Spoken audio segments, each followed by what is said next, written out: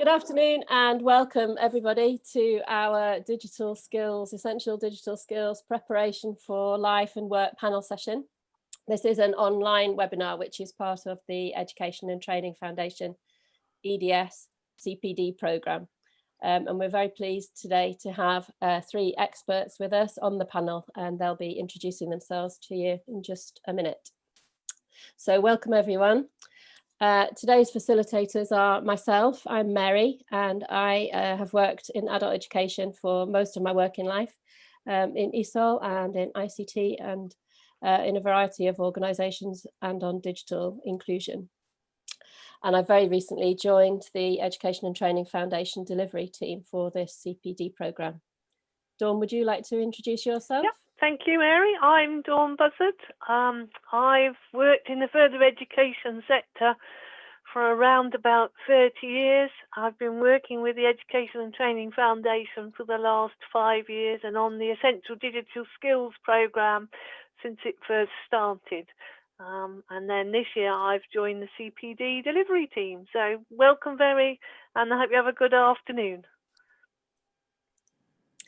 So I'm very pleased to welcome our panel here today. We've got three people working in different parts of the sector and with different expertise, and I'm going to turn to each one and ask them to introduce themselves. So first of all, can I ask you, Jackie, to introduce yourself? Yes, sure. Good afternoon, everyone. My name's Jackie Lewis and I work for adult education in London for Ways, and my experience is in further education in higher education on employability programmes, and more recently the opportunity to embed the EDS qualification into preparing for work programmes has been a very interesting programme addition, and so that's what I've been doing since September when it was launched. Great, thanks Jackie. We look forward to hearing more about it. Thank you. Emma, over to you.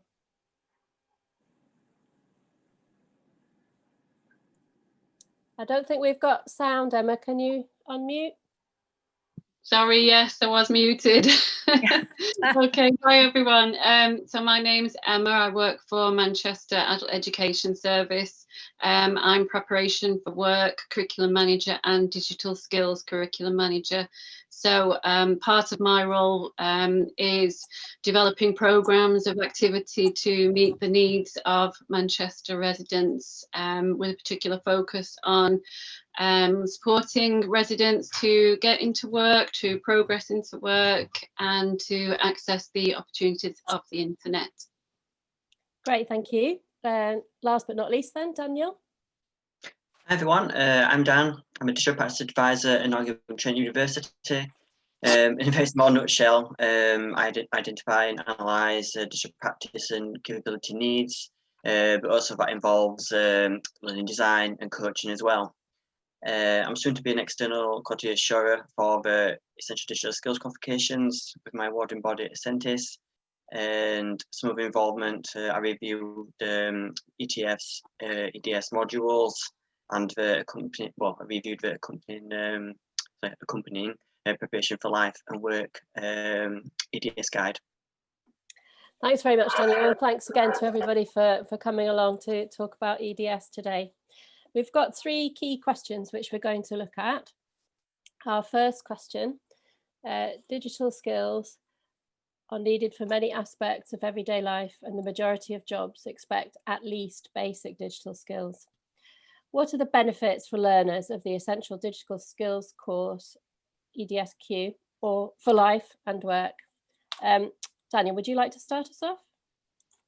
Of course, yes. So what I like about EDS is that I find the general learning outcomes are well aligned to living, working and learning, and I feel that they address the real world digital literacies which allow individuals to thrive and survive in what is now a fully digital world.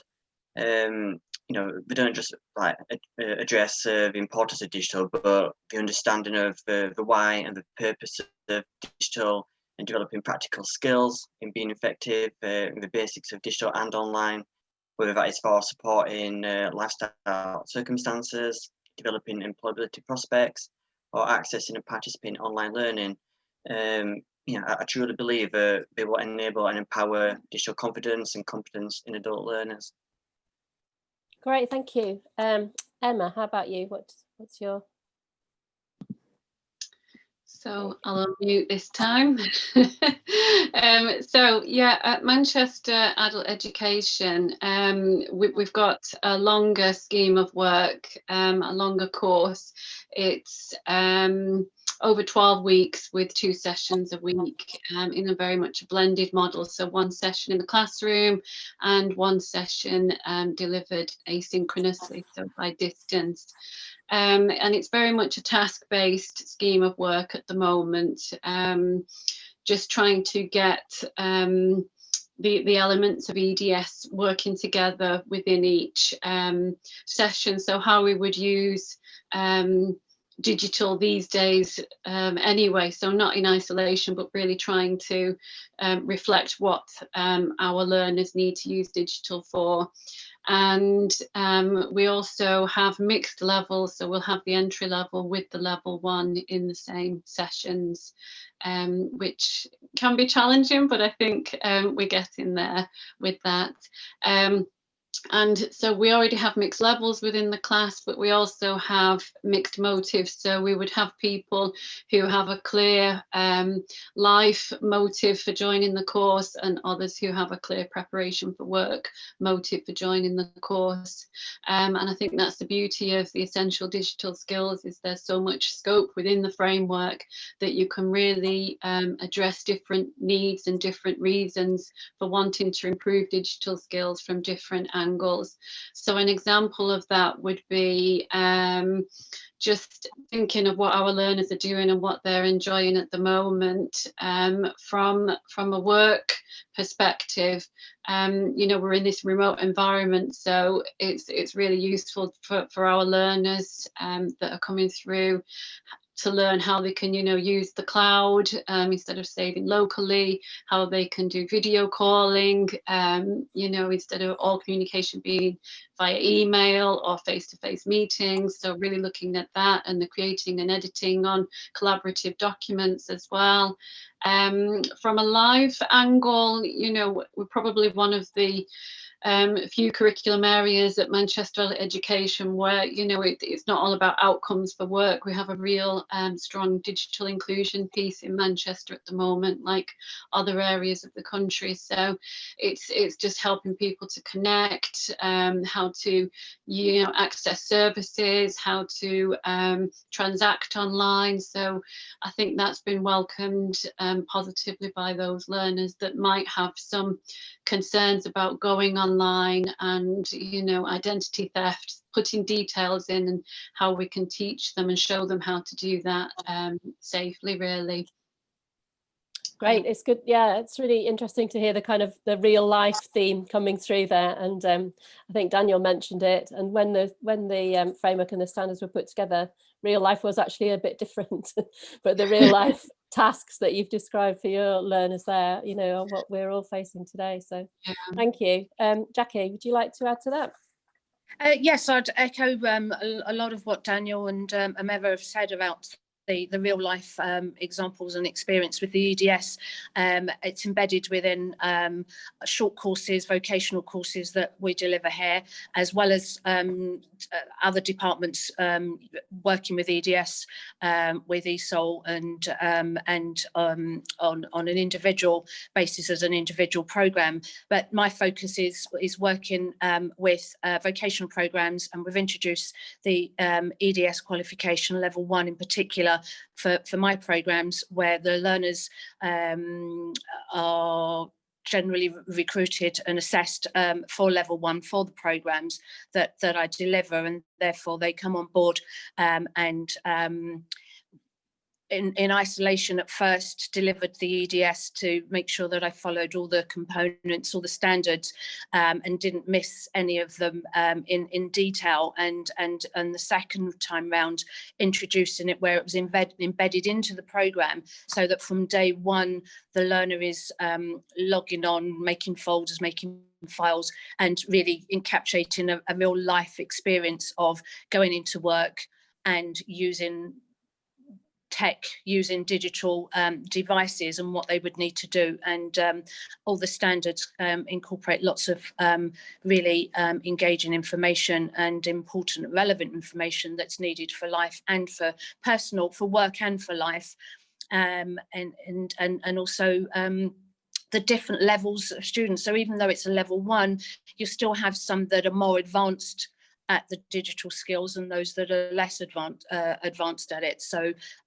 they've been really engaged and interested about the new learning, because we've all got, most of us, no, I can't speak for everyone, but for me, I had like a general basic knowledge, but since working with the EDS qualification, I've learned so much, and I can see in the classroom that they're learning so much as well. So it's been very positively received. Great, it's really interesting to hear, and quite a lot of similarities really between Westminster and Manchester, although also some significant differences. Do we have any other questions, Dawn?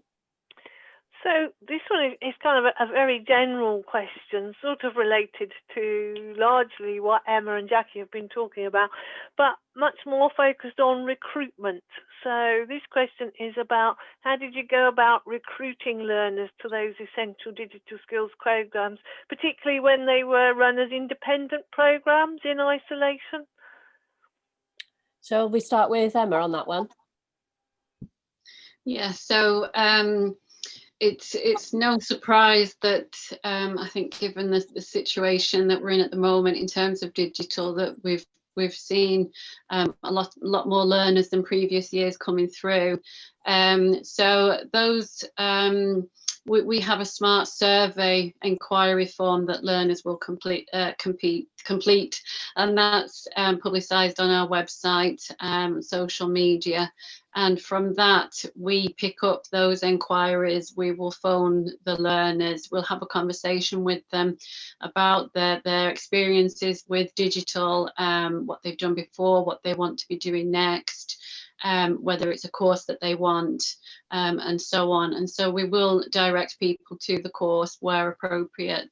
And then once they join that course, we will give them a diagnostic assessment just to make sure that they're studying at the right level, because we do have mixed levels within the classes. So trying to make sure that you know, we have because it's blended, we have one group in and one group out. We've tried to make them distinct entry level and level 1 groups.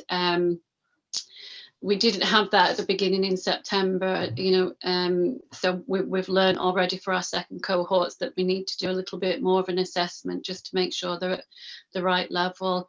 But just promoting really what the course is about, and thinking about not necessarily what tasks they'll be able to do, but what skills they'll be able to develop. You know, so instead of in the first sessions, we would traditionally give people a course overview.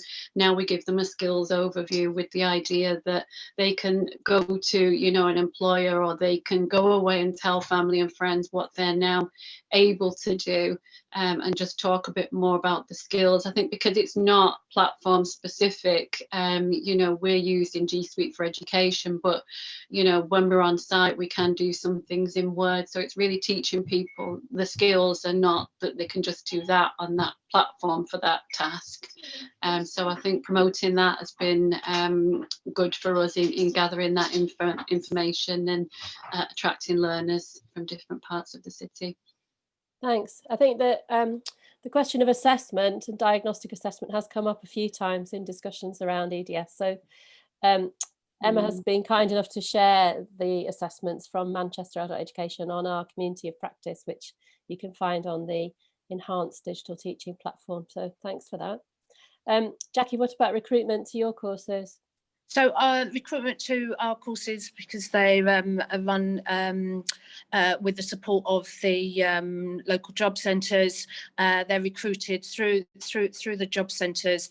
So they're promoted with the vocational qualification qualifications and the information about the essential digital skills as well, which sparks the interest of the learner that decides that they want to apply. And then they do initial assessment, the general initial assessment that they would do to be enrolled.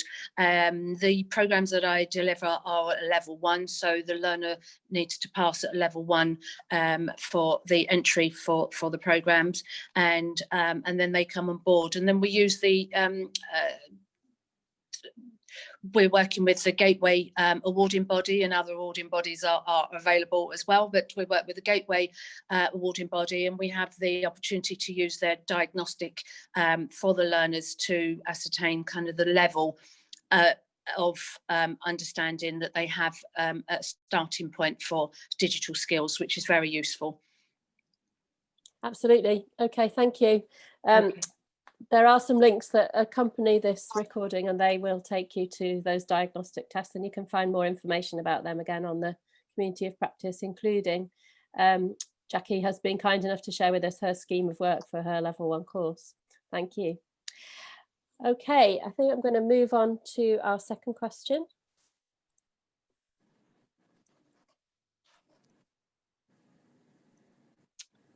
So, slightly different focus for question 2. Teaching practitioners in all parts of the sector need access to tailored CPD to build their own digital skills and a digital pedagogy. How can CPD be approached to upskill practitioners? How can we support staff to adapt to teaching online? So I'd like to ask Daniel to answer that question first, please. Yeah, sure. Okay, so just focusing on the synchronous and asynchronous aspects and potential tools and frameworks that can support that, and putting my learning technologist hat on for this one. Okay, so yeah, it's such a big topic, this one. So yeah, I'm just going to focus on the more so like the learning design aspects of it. So the biggest issue really when we're coming to like designing both fully online and blended programs is that sometimes we can fall in the trap of like replicating face-to-face delivery and trying to make that happen online, and that's not always the case because it doesn't particularly translate well what you want to do in a face-to-face situation. When you move into some sort of online platform, you just have to like reimagine it a little bit, or just just try to be a little bit more creative and give it a bit of a redesign as well. So luckily, I say luckily, but it's quite interesting that it's like a new digital qualification, but it's about digital and it's through digital, which lends itself more to experiential sort of approaches, more hands-on aspects to the delivery.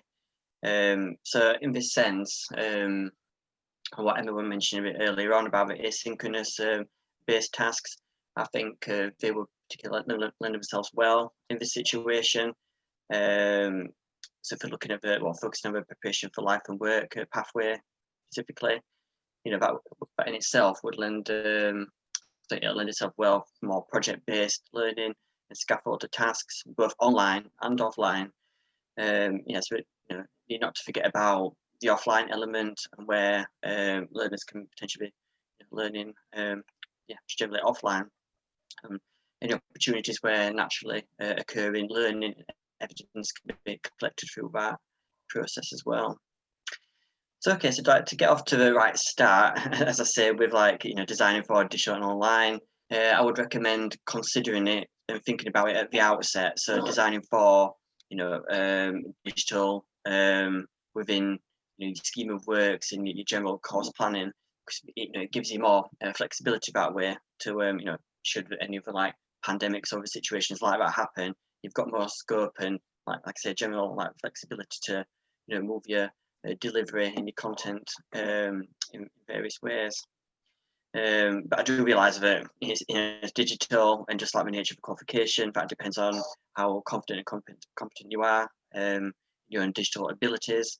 So it's highly important that it's tutors and assessors that continue to invest in your own personal digital skills development.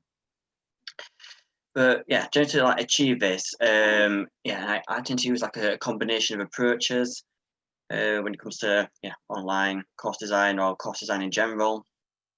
So I'm just going to mention a couple of like frameworks that would be particularly useful, and I'm pretty sure that the links will get sent out alongside this recording as well.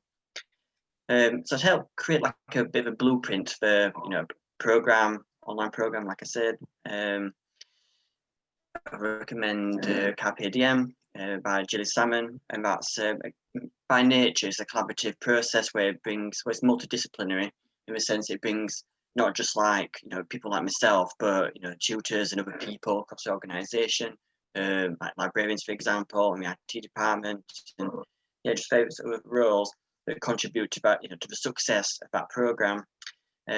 So the link will get shared out about that.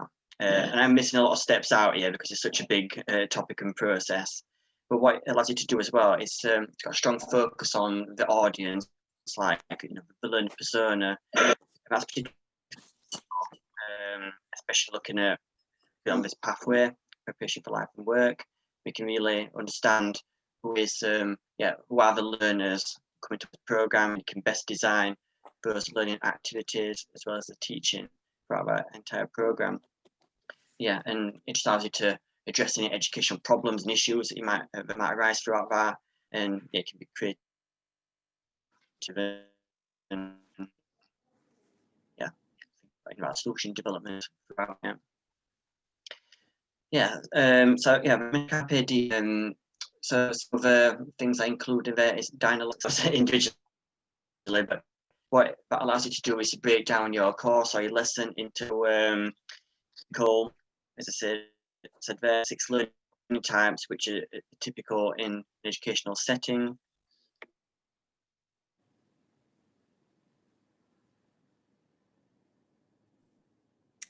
I think we've got a little bit of interference from Daniel there, unfortunately. We've got him back.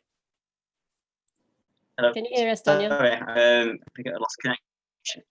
Yeah, I lost connection. Just for a little while. I think you were just moving on to talk about something beyond Carpe Diem when we lost you. All right, sorry, must be connection. I recommend Diana Laurela's 6 learning types, and what that allows you to do is just break your course or your lessons into these 6 learning type chunks, which allows you to like give a specific focus of designing activities around those like learning type. Like I said, unfortunately I've not got the time to go through those in detail, but allows you to create what's called an invitation, to structure purpose, alignment, and engagement of online activities. So I would recommend looking at that one as well afterwards. As well as it scaffolds for confidence and competence of learners learning online as well. You can potentially use that for yourself to increase your confidence of teaching and as well as learning online for yourself. Okay, so just coming back to the synchronous and asynchronous elements then. It's good to ask yourself at this point, what is the benefits of doing synchronous, which is obviously live, same place at the same time, and asynchronous, which might be the same place but different times. So it's looking at what's the benefit of one over the other or a combination of both. Because you don't want to fall into the trap of like doing constant Zooms or Microsoft Team breakouts or death by them.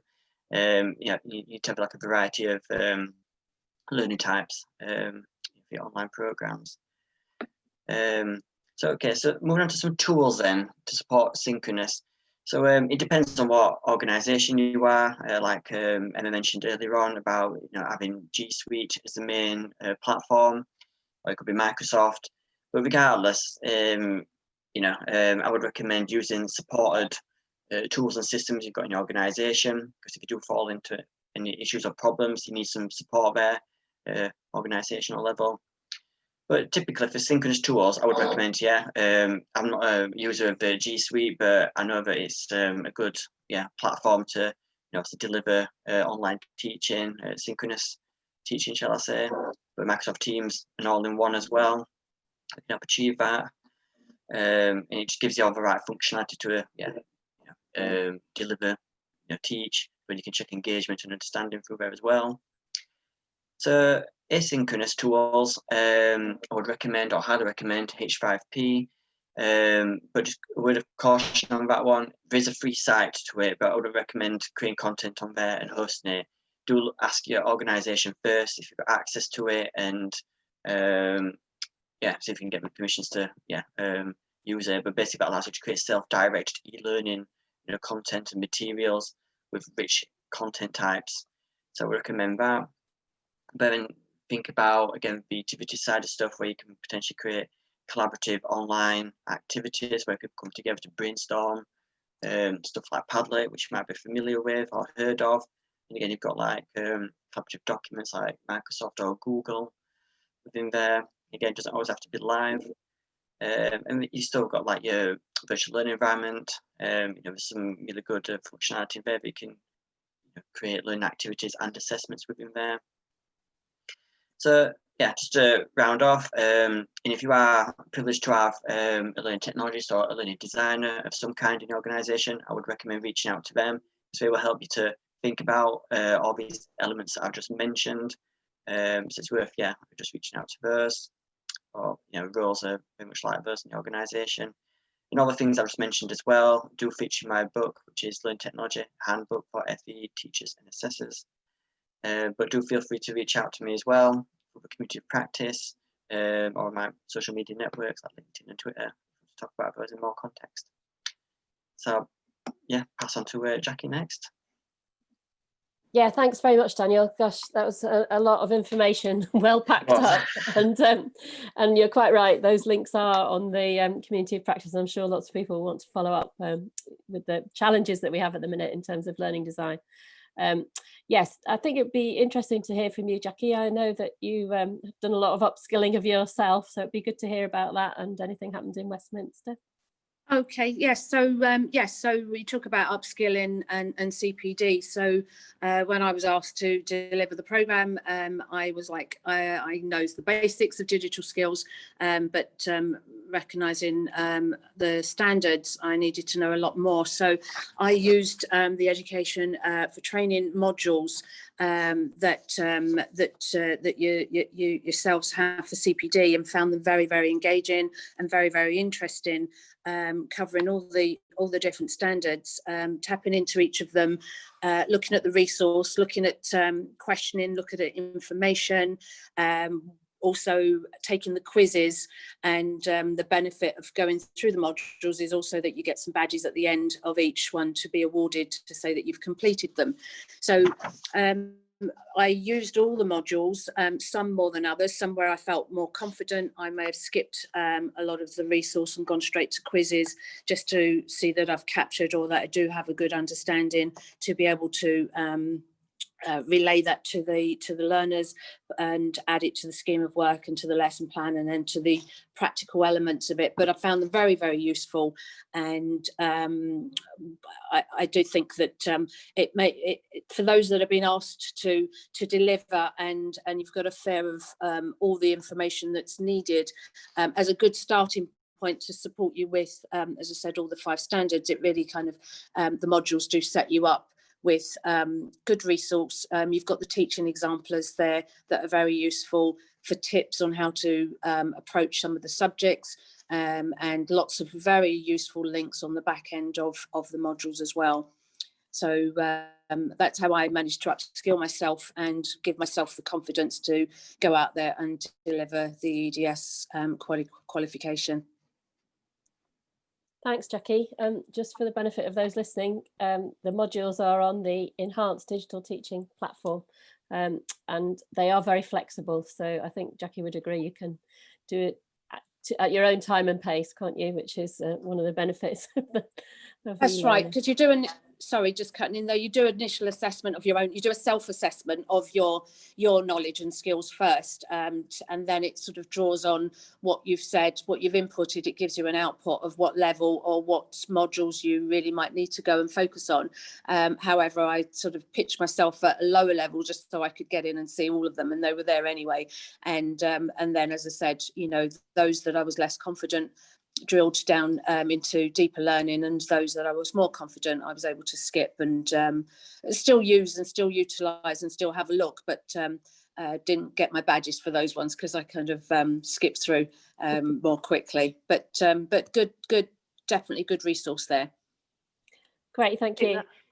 I just had something to add there, Mary. So a lot of those resources that are on the site you can take and adapt, they're all done under a Creative Commons license, and we just ask that you reference the ETF.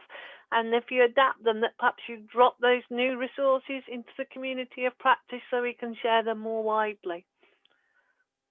Okay, I'm just going to ask Emma if she'd like to add any brief words on the subject of CPD.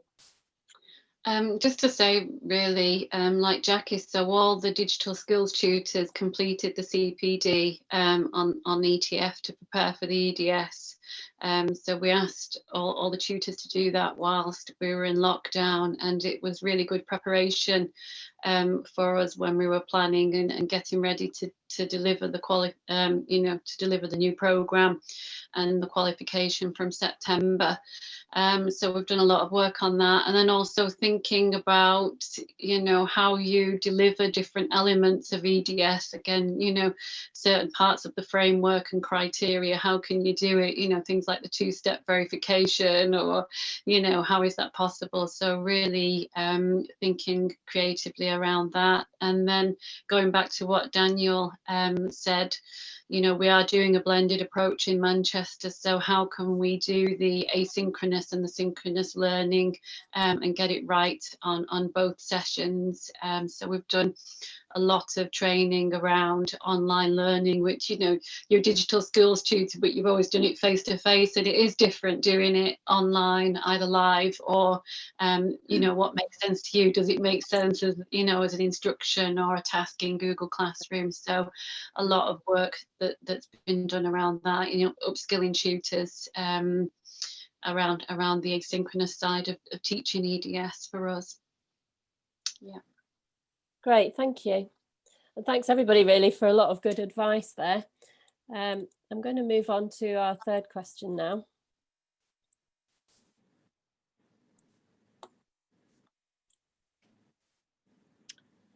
So I think we've already talked a little bit about current circumstances and how that has led to many classes being delivered remotely or as a blended programme. So many learners with low or no digital skills also need to build up other skills such as literacy and numeracy. So I wondered if Jackie and Emma could comment on the particular challenges of delivering EDS and how you have approached them. Jackie, can I ask you to start with this one? Yes, sure. So although as I mentioned earlier, that the learners are coming in and a starting point of as a level 1, there's still learners that have got higher experience, knowledge and understanding of literacy and numeracy and the use of it. And so although the class is at level 1, there's still some learners that did struggle or have struggled with the numeracy and the literacy for the digital skills, as well as alongside their program. So it's just about identifying those learners and giving them extra support. What I did with the EDS qualification to sort of break it down, make sure that there's a clarity of understanding. As Emma said, it's about how you then deliver it and does it make sense to the learner, so that they can understand it in more simplicity, a simple way. And by introducing many practical exercises around each of the standards has been very, very useful, so that they are more hands-on with the computer. So we may talk about the topic, the standard, and very much soon after get stuck in, opening files and folders, Excel spreadsheets, for instance, using the Excel. I mean, so many learners walked away realizing how they could sort of budget in these times on an Excel spreadsheet, which they hadn't even realized it was as it can be simple, and yet because of their numeracy levels or fear of numbers, thought that it was something that they couldn't achieve, and actually they realized they could achieve them. So that was really good, and using the graphs and the charts So a lot of support one-to-one, and those in the class that have got more experience, more educated level, they've been very supportive. They volunteer and help. They help their peers as well. And then I have an open door policy, so the learners can always see me before, during break times and after classes as well for additional support. But it does, you do have your challenges, because especially with digital, because digital's open to any level of education. You've got learners in your class that have got a great deal of knowledge about digital, so you need to keep them engaged continuously. And then you've got those that struggle a little bit, and therefore you've got to keep them motivated that they can achieve, they can learn. And because they're short courses, it's important to capture them and keep them motivated throughout. And the learners with more knowledge, volunteering has been very useful for the peers, their peers, for them as well, and to support me in the classroom. Okay, interesting. I think you mentioned the mixed level issue as well, didn't you, Emma? That you'd had similar initial challenges anyway in Manchester. Yeah, definitely. And you know, we're on our second cohorts now, so hopefully it's a little bit easier than with the September cohorts. But yeah, it's really just getting a sense of where learners need to be in terms of their, I think, literacy and numeracy, more so for preparing them for the, you know, the assessments that come at the end. So, you know, it's been helpful to see the sample assessments and think about language that comes up in those, using online dictionaries to look words up. We have our Google Classroom, we have our Google Meets. So within the Google Meets, we're doing online support sessions for learners that need it. They can just drop on and meet with their tutor and talk through stuff. A bit of a buddy system with other learners as well, so a bit like what Jackie was saying with the peer support there. And we also have a Google site. So on that Google site we have additional activities, we have useful websites, we have links, and particularly where learners are on a maths course as well with us, or an English course, quite often, you know, they're on more than one course and they have access to those other sites as well. So it's really working cross-curricular and with the different teams to support the literacy and numeracy levels as well within that. But yeah, we're still learning. I think that's one of the key things here, that no one has the answers yet. If they do, I need to find you. But, you know, just, you know, going through it each time, and each time it will become a bit more refined, or you'll find new things, and just, you know, you'll find those opportunities and those solutions. And I think this is what is good about this, is that you can talk through the challenges that people are facing at the moment, with a view to getting it right. Sorry. That's one of the challenges. I think it's been really good to listen to everybody's experience, and like you say, Emma, you know, like we are all learning together, so it's really good to listen to other people's ideas, experience, advice and input of various kinds. Was there a finishing off or question that we had, Dawn? Yeah, so I was kind of turning that question on its head really, and Jackie started to do that in there. So this question is kind of about what elements of the programme did students welcome? And Jackie was saying there about the spreadsheet, but are there, and the ability to budget and finance, were there any other elements that the students really welcomed, so that we're not necessarily looking at barriers, but elements that students have really appreciated?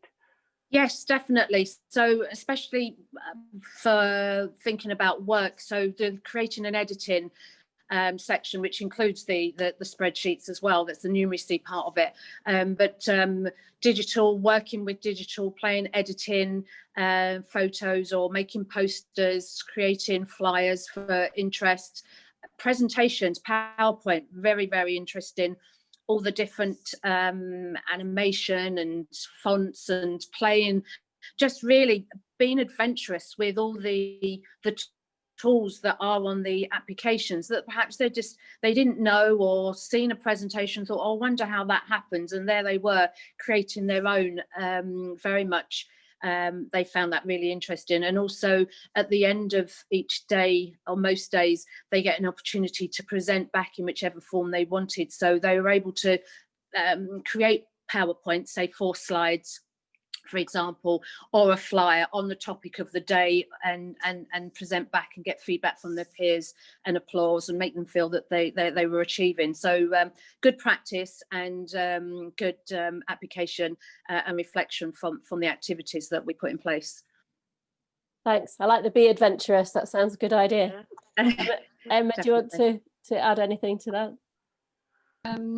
I think I said earlier, for us, it's really been the transacting has been a big one for us, just really getting to grips with, you know, all the different things you do online, in, you know, whether it's buying or whether it's filling out a form, you know, and we bring a real life purpose to the sessions. You know, we go on the Manchester City Council website, you know, you fill in a form about your bins not being collected, that kind of stuff. Thinking about that within the workplace when you're filling in a form, maybe for an IT request. So, you know, it's I think that transaction framework module has been really good for our learners. And then, you know, equally the creating and editing, but not just, you know, traditionally when we did creating and editing, you did it and then you saved it to your drive, you know, your student drive on the computer, and it stayed there. But now, you know, we're doing much more with that document once it's, you know, created or edited it, and we're sharing it and we're adding to it, and we're just doing a lot more with it and being a lot more creative with it. And I think that's been really interesting for learners. You know, probably you know, less prescribed, and that opportunity to use IT more creatively, I think, is Right. welcomed. Yeah. I think that's really good to hear, isn't it? Because I think it's what Daniel was saying at the beginning about how, you know, the standards have been put together, and how when we looked at the framework, it appeared to offer a much more real world reflection, really. And, you know, people obviously getting a great deal out of it. Thank you, everybody, for contributing today. I want to say a big thank you to our panelists for joining us. And just before we end, perhaps I could ask each of you to just say a final word. So Daniel, would you like to start with your final thoughts? Of course, yes. So yeah, me personally, I gave a lot of information earlier on. So I would recommend, yeah, just start small. Yeah, do investigate versus further reading. Yeah, start small, and it's about what's comfortable for yourself, you know, in your pedagogy and your learners. And yeah, just say, yeah, don't aim for everything to be perfect. Qualification is new, you know, and technologies come out all the time as well. So just don't aim for this to be, you know, completely perfect. Just see it as the first iteration. Yeah, and yeah, just aim for good and not perfect. And yeah, be kind to yourselves as well, because yeah, we're in strange times right now. So yeah, I'll just end it on that.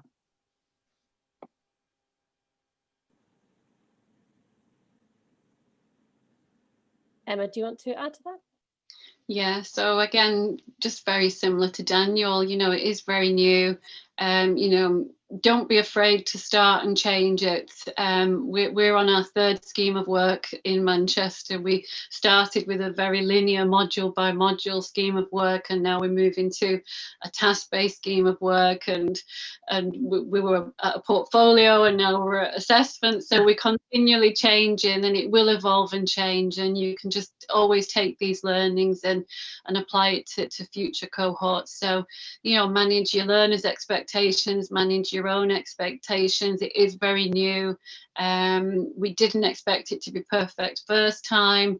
It's not been easy, but absolutely have no regrets about going with EDS. It's fun for tutors, it's fun for learners. It does have a real you know, reflection of what we use digital for these days, and yeah, it will change, but that's nature of it, really. Yeah. Jackie? Yes, and I'll just echo Daniel and Emma there, but also just to say, for tutors that are delivering it, feel the fear and do it anyway, and just kind of embrace embrace the challenges, because I've learned so much myself that I've enjoyed, and then I've enjoyed sharing the knowledge with the learners, and using the modules that are available from Education for Learning are very valuable. Also, opportunity with whichever awarding body provider you have, certainly with the provider that we use here, we have the opportunity to do mock exam. So on the site of Gateway, there's an opportunity to do a mock exam. You can't fulfill all the elements of it because sorry, the lights just got down. You can't do all the elements of it because you can't upload your information. However, you can get an understanding yourself of what's expected for mock exams, for the final exam, and in particular level 1 I'm talking, but there is level 1 and entry level 3 that you can have a play with, and the learners can have a play with in advance, so that you know definitely what you're going to but you know the elements that you're going to be covering and how it's going to be sort of displayed in an exam, because a lot of learners get fearful for exams and we want them to be at ease. So this practice, these mock exams are useful for them, and very useful for you, because then you can use the terminologies and the language that needs to be applied for the learning. But yes, just enjoy and just and learn yourself and gain those experiences that perhaps you were less knowledgeable about as well.